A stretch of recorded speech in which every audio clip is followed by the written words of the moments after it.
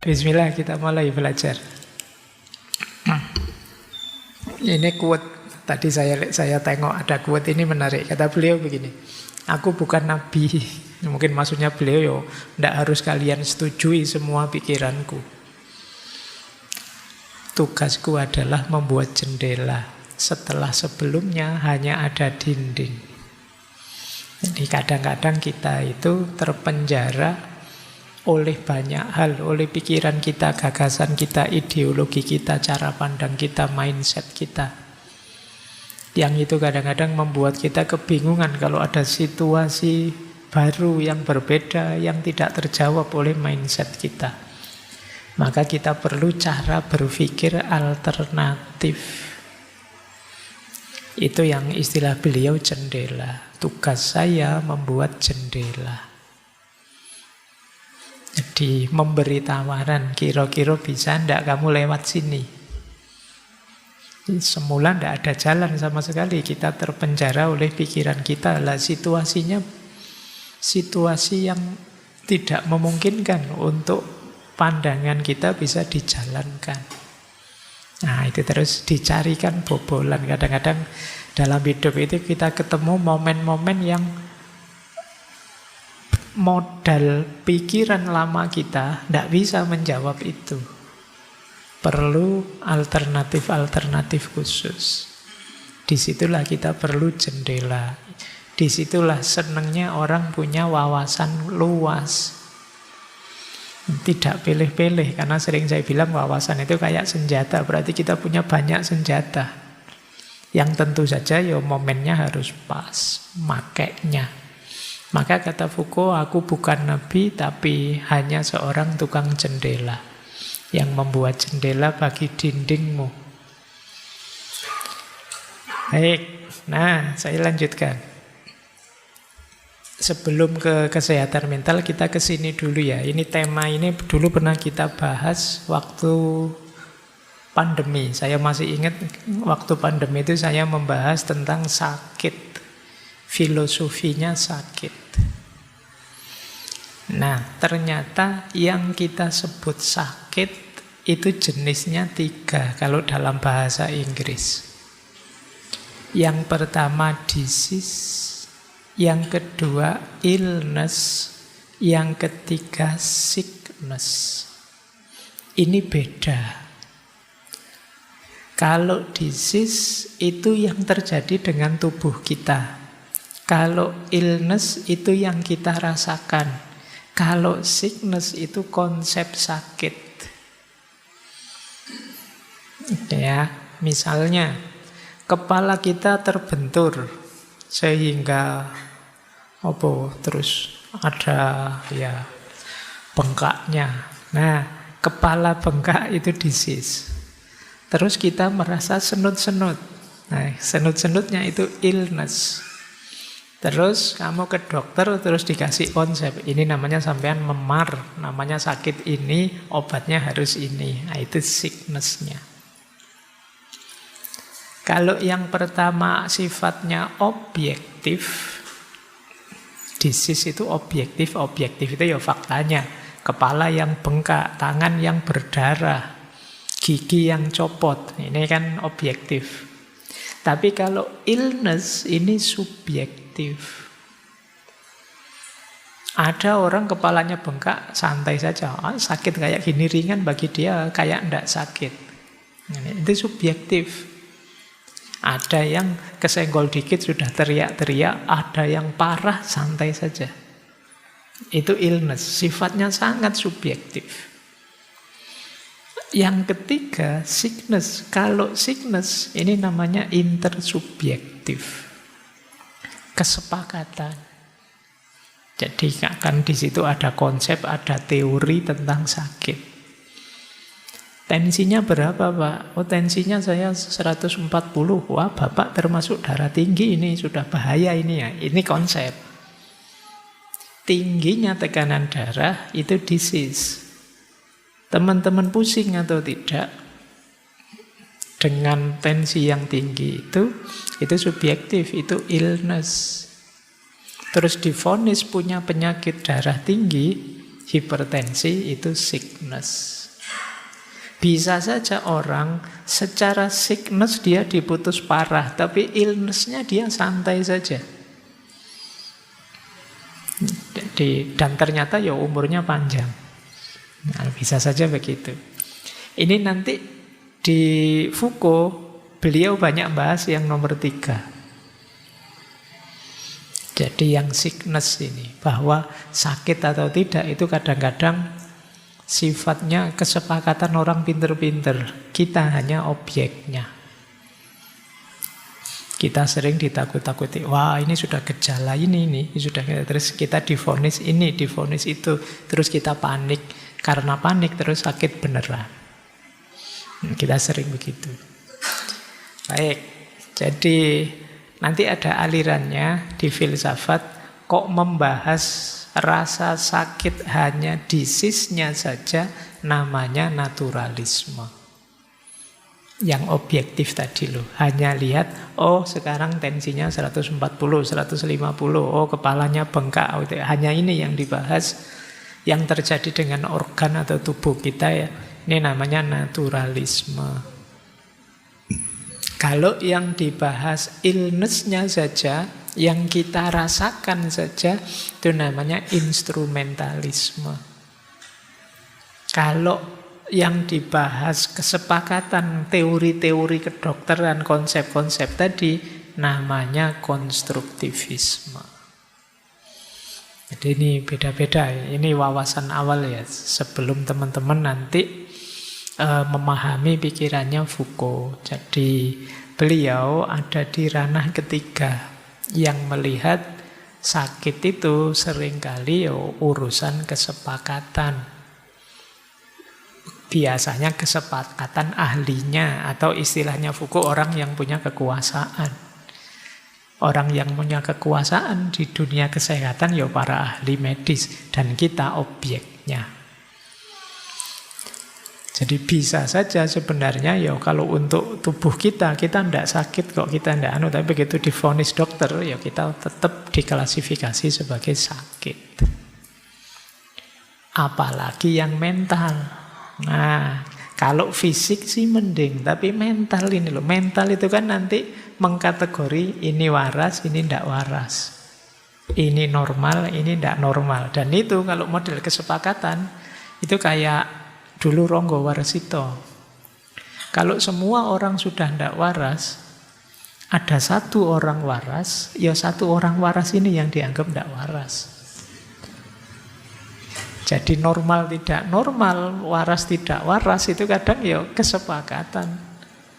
Di sini mayoritasnya apa? Yang beda dengan semua orang satu ini, mesti dia akan dianggap yang tidak normal. Yang mayoritas itulah yang punya kuasa memutuskan ini normal, yang itu tidak normal. Inilah nanti yang jadi fokusnya Foucault. Baik, sebelum ke sana kita awali dari ceramahnya beliau. Ini tadi yang saya sebut ceramah beliau di bagian fase-fase akhir hidupnya ini sekitar tahun 82 di Universitas Vermont. Ini saya awali dari sini biar nanti lebih mudah. Karena tema kita mencari ketenangan diri, mengelola diri. Jadi beliau menyebut ada 4 jenis teknologi. Kita selama ini mungkin menganggap teknologi itu hanya yang pertama itu saja. Kita sering mengabaikan 3 teknologi yang lain. Meskipun nanti di ceramah itu beliau menyebut cuma saya hanya fokus pada 2 teknologi yang terakhir. Yaitu teknologi of power dan teknologi of self. Ya, pelan-pelan kita mulai belajar. Ini hari ini kita kuliah beneran. Oke ya, ada 4 jenis teknologi. Yang pertama namanya teknologi of production, teknologi produksi. Nah itu yang selama inilah memproduksi, mengubah, memanipulasi sesuatu. Pasir jadi kaca, kapas jadi kain, itu teknologi namanya. Ini definisi kita sehari-hari teknologi ya itu. Fakultas teknik itu ya isinya itu. Saya tidak tahu apa ada fakultas teknik jurusan teknologi of self misalnya. Teknologi of power misalnya. Tidak ada ya. Selalu teknik itu ya teknik yang paling atas itu. Teknologi of production. Ada jenis kedua, teknologi of sign system, teknologi sistem tanda, bahasa, sastra, mungkin sekarang ada model AI, artificial intelligence, dan lain sebagainya, pendidikan, ini sistem makna. Ini juga kan teknologi, cara kita menyampaikan makna, cara kita mengungkapkan gagasan, dan lain sebagainya. Ini ada tekniknya. Yang ketiga, teknologi of power. Teknik kekuasaan. Cara mengontrol, mengarahkan orang atau mengarahkan kelompok orang. Ya contohnya hukum, militer, rumah sakit, penjara. Ini kan teknik-teknik untuk mengarahkan orang. Hati-hati, jangan jahat loh, nanti tak masukin penjara loh. Nah, hidup jangan kacau, nanti kalau sakit masuk rumah sakit loh. Ini sebenarnya teknik untuk mengumpulkan, mengontrol, mengarahkan individu atau kelompok. Yang keempat, ini yang banyak dibahas oleh Foucault, ya mungkin ini yang kita bahas malam hari ini ya. Teknologi of self.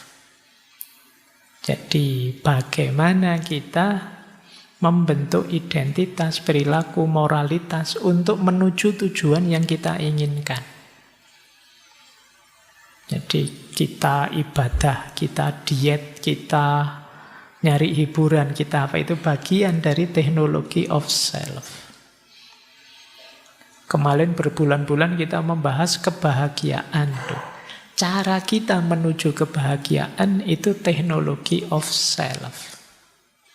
Bulan ini kita menuju ketenangan hidup, itu teknologi of self. Jadi teknik mengarahkan diri. Identitas kita seperti apa, yang kita lakukan apa, yang jangan kita lakukan apa, dan lain sebagainya. Ini namanya teknologi of self. Nah, Foucault di pidatonya itu beliau akan lebih fokus pada teknologi of self ini dan teknologi of power. Kita bahas dulu yang teknologi diri ya.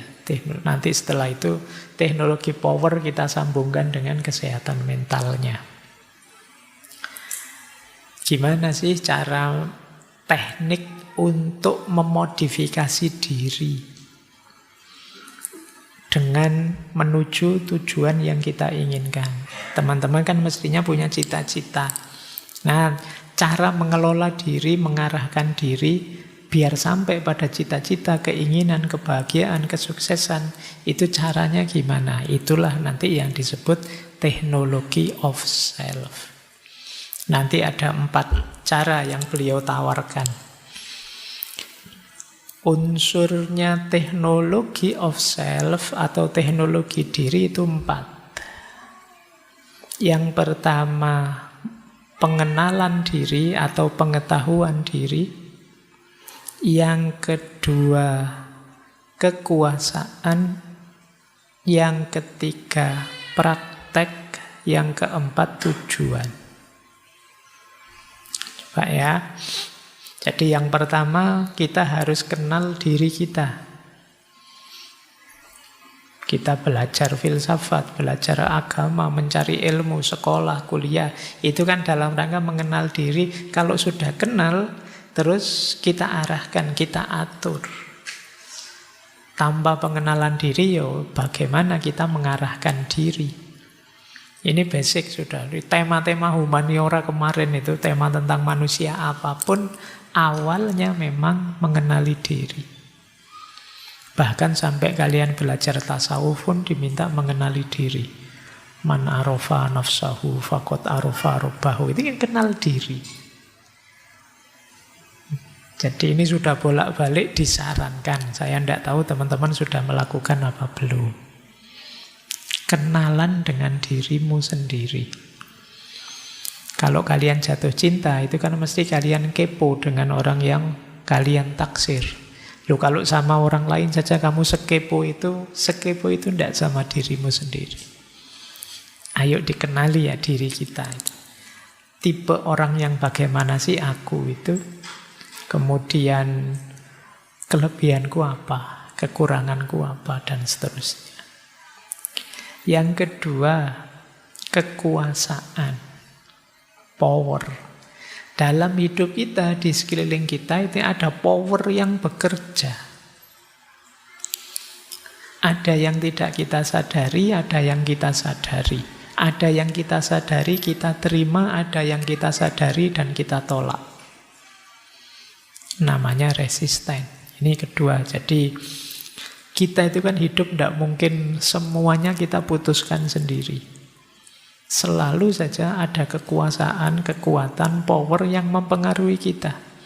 Power itu tidak harus negara, tidak harus orang level tinggi. Mungkin sekedar teman yang menghegemoni kita atau sahabat yang punya kuasa ini, kuasa itu dalam hidup kita, itu pasti ada. Mari kita kenali kerja kekuasaan dalam hidup kita. Itu pasti ada. Tidak mungkin orang free sepenuhnya, tidak ada kekuasaan yang bekerja dalam diri kita. Pasti ada. Sebebas apapun kita. Ya, misalnya, Pak, saya itu bebas, tidak mau terikat apa saja. Loh, kamu seperti itu ikut siapa? Ikut Pak Faiz, Pak. Bodoh ae. Itu berarti saya menghegemonimu. Jadi ada kuasaku yang bermain dalam dirimu. Baik. Yang ketiga, prakteknya. Yo kita, yang namanya teknik ya kan berarti ada caranya. Prakteknya apa? Diet kah, meditasi kah, pengakuan dosa, nanti ada penjelasannya. Ada banyak yang harus kita lakukan untuk teknologi diri. Dan yang keempat, tujuannya. Kebahagiaan, pencerahan, kesehatan, kesuksesan, dan lain sebagainya. Baik, nah terus Foucault merangkum 4 teknologi diri. Ini diambil dari era klasik dan abad tengah. Jadi dari Yunani, Romawi, era abad pertama, kedua, ya mungkin dari tradisi filsafat yang kuat, dan yang satu dari tradisi spiritual, khususnya spiritual era kekaisaran Romawi, spiritualitas Kristen. Beliau ngambil 4 teknologi diri diinspirasi oleh era awal ini. Seperti apa sih teknologi diri yang baik itu? Baik, ini bagian juga kita mencari ketenangan diri seperti yang jadi tema bulan ini ya. Yang pertama, yang menarik, teknologi diri yang pertama adalah vigilance and writing. Kewaspadaan dan penulisan. Ini rasanya kayak tidak sinkron ya hubungannya apa kewaspadaan dan penulisan. Tapi ini menarik. Kalau kita ingin diri kita ini optimal, yang pertama kita harus senantiasa waspada. Maksudnya apa? Ayo kita amati terus, kita evaluasi, kita kendalikan diri terus-menerus. Jadi kita harus jadi orang yang bermoral, kita harus jadi orang yang bijaksana, kita harus tertib dalam hidup ini. Dan ini kan berarti kita ngawasi diri kita terus-menerus. Diri kita itu kalau kita biarkan sebentar, misalnya sudahlah, misalnya wahai pikiranku, wahai hatiku, istirahat, tidak usah dipakai. Begitu tidak kita pakai, kita tidak usah, kita bisa loss. Maka kuncinya teknologi diri yang pertama vigilance. Ayo diawasi dirimu, kondisimu. Oh, ini saya sedang marah, ini harus dikendalikan. Ini saya sedang seneng ini hati-hati lupa diri. Ini saya sedang kecewa, ini hati-hati putus asa. Itu namanya vigilance. Orang yang mampu mengawasi dirinya terus-menerus, Dia yang akan terjamin lebih mudah nanti mencapai tujuan tadi. Jadi ini yang pertama. Pelajaran vigilance yang kemarin banyak kita dapat dari stoikisme. Jadi tema-tema stoik yang kemarin kita bahas panjang lebar di banyak forum itu sebenarnya kalau kata Foucault ya fokusnya satu, vigilance, mengawasi diri.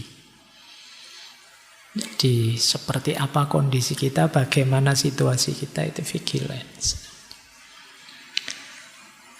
Nah, selain mengawasi diri ada juga writing. Writing itu nulis. Cara mudah untuk lebih optimal melakukan pengawasan diri itu ditulis.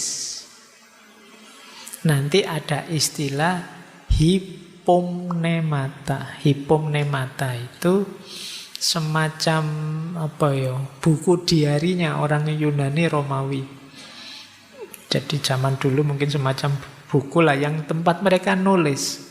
Kalau ada pengalaman, kalau ada gagasan, kalau zaman sekarang mungkin kalian punya blog, punya itu yang kalian nulis di situ. Itu hipomnemata namanya zaman itu. Jadi pengawasan tadi ya jangan cuma diawasi, sudah Pak, sudah saya awasin, enggak, tulislah, akan lebih paten.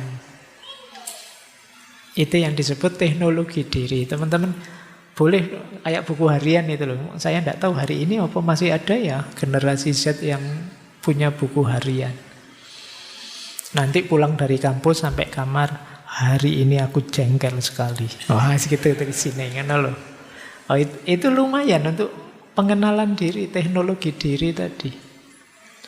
Sudah capek-capek dandan, capek-capek beli baju baru, sepatu baru, ndak ada satupun yang ngelirik, ndak ada yang komentari. Itu kamu tulis di itu. Ini namanya hipomnata. Apalagi punya ide, wah ada ide ini, cepat-cepat ditulis. Ada gagasan nih, cepat-cepat ditulis. Kalau ndak hilang. Mungkin kalian kadang-kadang muncul inspirasi apa? Mungkin saya pengen nulis tentang ini, tapi kalau tidak cepat-cepat ditulis, mesti terus hilang.